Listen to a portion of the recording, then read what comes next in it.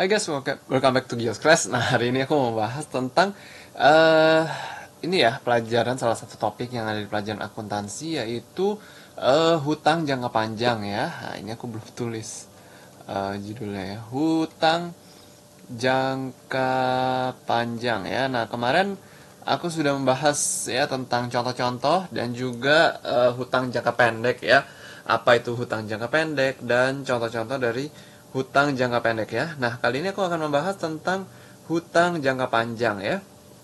Nah, apa sih sebenarnya hutang jangka panjang? Nah, hutang jangka panjang itu hutang ya yang jatuh temponya itu lebih dari 1 tahun ya.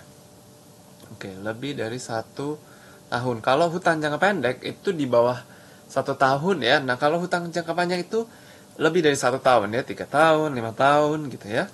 Nah, untuk apa sih sebenarnya perusahaan itu mengeluarkan hutang jangka panjang? Nah, hutang jangka panjang ini biasanya dipakai untuk mencari jumlah uang yang besar ya, jumlah uang yang besar. Ya, biasanya untuk modal sebuah proyek ya, atau modal membeli mesin juga bisa, atau apapun yang mereka mau lakukan dengan uang yang kebutuhannya cukup besar dan untuk jangka waktu yang cukup lama gitu ya. Nah, apa aja sih sebenarnya keuntungan dari perusahaan itu mengeluarkan hutang jangka panjang ya? Oke, kita akan tulis keuntungannya ya, atau advantages-nya. Keuntungannya apa aja sih? Nah, keuntungannya pertama, dia itu nggak diatur ya sama yang namanya, bentar, aku ganti warna pulpen dulu aku. Oke, nah, yang pertama adalah dia itu nggak diatur sama yang namanya shareholder ya.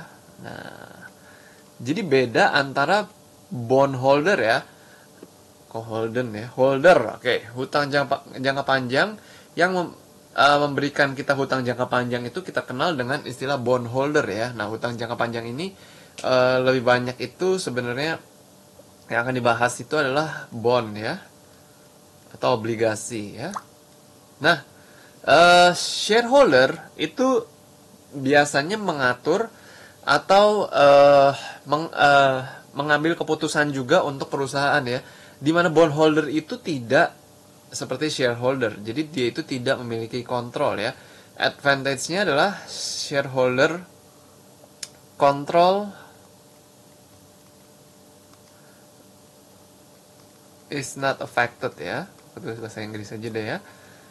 Nah, jadi bondholder ini tidak mengatur perusahaannya. Nah, jadi shareholder ini tidak dipengaruhi oleh bondholder ya. Itu salah satu keuntungannya gitu. Jadi tidak menambah orang yang mengatur perusahaan tersebut jika kita mengeluarkan hutang jangka panjang gitu ya. Kurang lebih. Nah, habis itu yang kedua adalah tax savings ya. Menghemat pajak ya. Aku nyari bahasanya susah. Menghemat pajak, gimana cara menghematnya?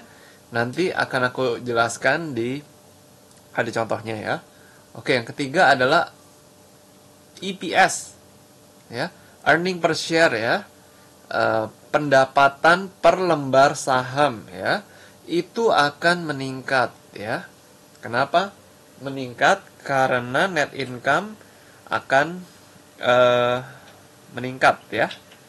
Oke. Nah, sekarang kita kita bahas satu-satu ya. Nah, aku akan mulai dari yang tax saving dulu ya. Tax saving sama EPS ya. Oke. Nah, sekarang kita lihat contoh ini ya.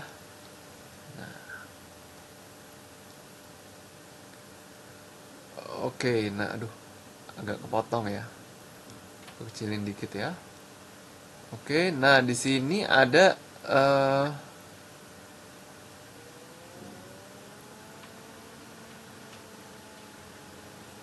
oke, sorry dia kepotong sedikit. Oke, nah di sini ada ada perusahaan A sama perusahaan B ya.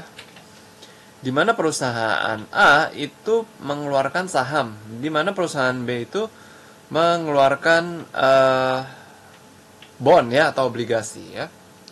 Nah, kalau kita lihat di sini, ketika perusahaan A itu menerima income ya, ini kepotong ya, income, oke, income before interest taxes, income before interest taxesnya sama misalnya 1,5 juta ya.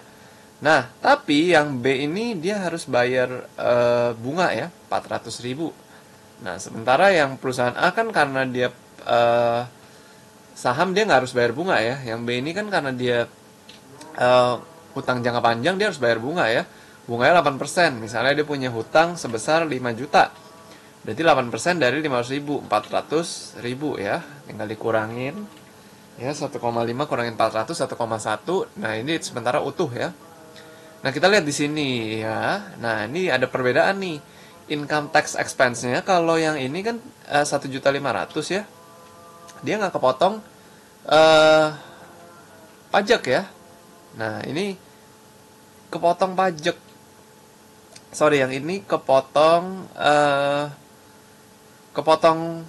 Jadi ini maksud aku dia itu income-nya tidak kepotong bunga ya. Nah, jadi dia pajaknya lebih besar. Jadi 450.000 pajaknya 30% dari 1.500.000. Nah, sementara yang sini yang mengeluarkan bond, dia itu income-nya dia itu pajaknya 30% dari 1.100.330.000. Lebih kecil kan ya pajaknya. Jadi artinya adalah perusahaan yang mengeluarkan bond membayar pajak lebih sedikit dari perusahaan yang tidak mengeluarkan hutang jangka panjang gitu ya.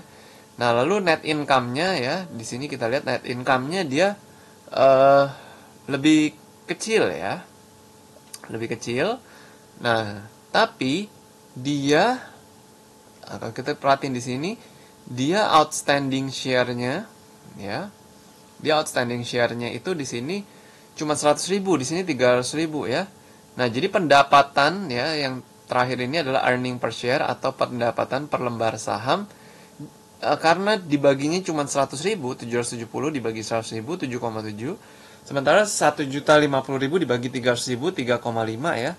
Berarti yang perusahaan B atau plan B ini earning per share-nya lebih tinggi dan juga pembayaran pajaknya lebih kecil ya. Jadi itu salah satu keuntungan dari mengeluarkan obligasi ya, yaitu pajak lebih rendah dan earning per share pendapatan per lembar saham lebih tinggi ya, seperti yang aku bilang tadi. Nah, seperti itu ya. Oke. Nah, lalu apalagi sih sebenarnya fitur-fitur dari hutang jangka panjang ini? Nah, hutang jangka panjang ini atau bond ya kita kenal, aku udah jelaskan banyak juga ya di video aku yang tentang bond ya atau obligasi. Nah, sebenarnya bond itu ada beberapa jenis ya. Ada yang kita kenal dengan yang namanya secured bonds ya. Secured sama unsecured ya. Nah, ini jenis-jenisnya ya.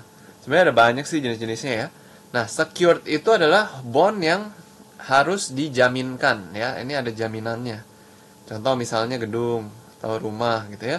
Nah, di mana unsecured tidak ada jaminannya ya. Oke, tidak ada jaminan ya. Lebih berbahaya ya, lebih beresiko untuk si investornya ya yang unsecured. Sementara yang secured pastinya lebih aman untuk investornya karena ada jaminannya ya. Nah, lalu ada lagi yang namanya convertible bonds ya. Bond yang dapat diubah ke saham ya. Convertible bonds ya, convertible. Ada juga yang namanya callable ya. Callable bond ini adalah bond yang dapat dilunasi sebelum ininya ya, sebelum jangka waktu jatuh temponya. Sebelum jatuh tempo dia bisa dilunasi. Itu namanya callable ya. Convertible itu dapat ditukar dengan saham dia pelunasannya gitu. Nah, nanti akan aku jelaskan dia satu-satu ya di video aku berikutnya. Nah, tapi yang aku mau bahas di sini adalah itu aja dulu ya tentang hutang jangka panjang, dasar-dasarnya. Kalau kalian masih ada pertanyaan, kalian boleh tulis di kolom komentar ya. Thank you guys for watching this video. See you again in the next video.